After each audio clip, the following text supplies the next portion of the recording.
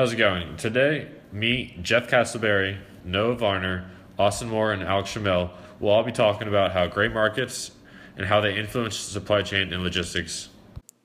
The gray market is unauthorized intermediaries that go around authorized marketing channels by buying in low price markets and reselling in high price markets at lower prices than those charged by authorized channel members. Some common goods sold in the gray market are computer games, automobiles, arcade games, pharmaceuticals, electronic gadgets, stock market securities, and textbooks. The picture below shows a good example of a gray market. If a store owner, Joe's Camera Store, is an unauthorized dealer of a certain high-end electronics brand, the product is considered to be sold in a gray market. People can get easily confused when talking about gray markets versus black markets. Gray markets lie somewhere in between a black market and a white market.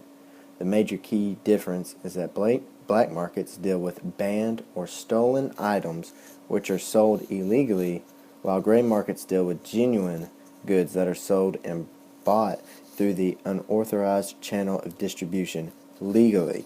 The two most common examples of products in the black market are weapons and drugs. Here's an example of actually buying a product from the gray market. Say you want to buy a new camera and you find a really great deal from an online discount vendor on a Nikon camera. Why is it so cheap and what's the disadvantage? Well, there's a reason why the deal was so great.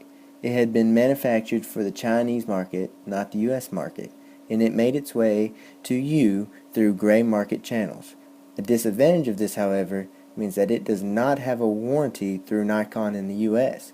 If you wanted to fix it, you would have to send it for repair all the way back in Hong Kong. For instance, in the 1980s, Nikon had two different names for cameras, one for the USA and one for other countries. Real USA cameras were numbered F80 and F65. However, cameras meant for the other countries were numbered N80 and N65. So, because of this, fake Nikons were produced and sold in the USA with the wrong numbers, which created a huge problem for Nikon. The gray market for information technology and consumer electronics is more than likely the most widespread and profitable, with losses due to IT estimated to be billions of dollars annually. One of the most major methods used today involves taking advantage of newly released electronics by importing them into markets in which the technology has not yet been released. For example, the release of the iPhone 6 was scheduled for September 19, 2014, but was soon postponed in China and Hong Kong. Once the rest of the world had access to these phones, gray market vendors would import them themselves to be sold for extraordinarily high prices.